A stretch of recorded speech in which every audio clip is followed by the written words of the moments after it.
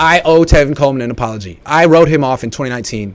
To be fair, he wasn't good in 2019. Where was this in 2019? He had more speed and explosion and burst today than I've seen from him since he was in Atlanta. And it's like 3 years later. Someone explain that to me. I don't get it. All of a sudden, he looks like a legit receiving threat out of the backfield. Not a great ball carrier, but he did have a 14-yard touchdown run. He got to the edge. He looked pretty fast on that run. Maybe if they start running him outside instead of between the tackles, he'll actually be good. I love seeing a older football player revive their career. I mean, this guy was on the practice squad. And what's funny is the Niners signed Marlon Mack to their active roster. They signed Tevin Coleman to their practice squad. But then Marlon Mack, they make inactive every week. And Tevin Coleman, they call up, and he's their number 2 running back. He's not even on the team, technically. He's on the practice squad. They call him up, and he's good. 2 touchdowns from a practice squad guy today. That's crazy. But this is about the time of the year when Kyle Shanahan figures out who to use and when on offense. It takes him half a season.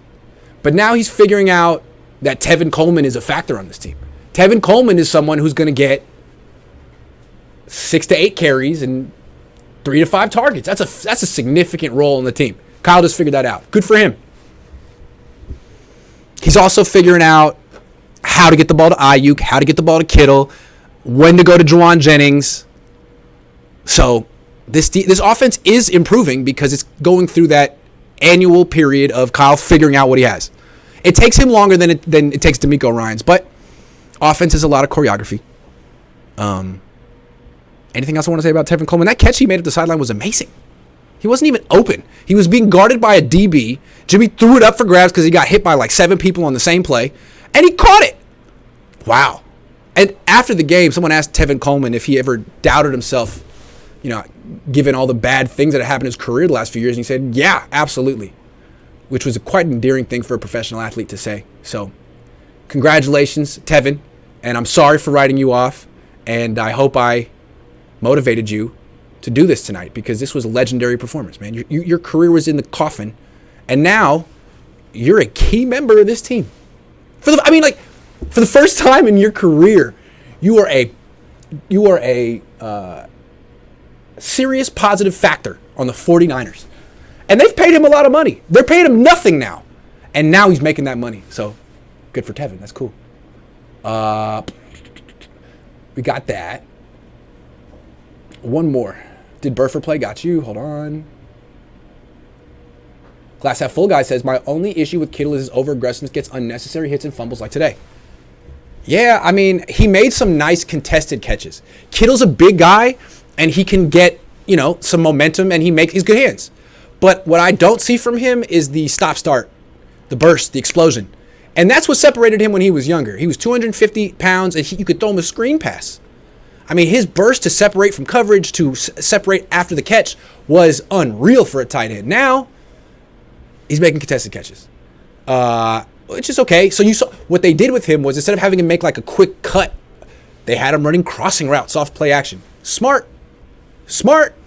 But why is he struggling to burst? Well, he had a groin injury I mean, that's not going to, just because he's playing doesn't mean he's 100% healthy.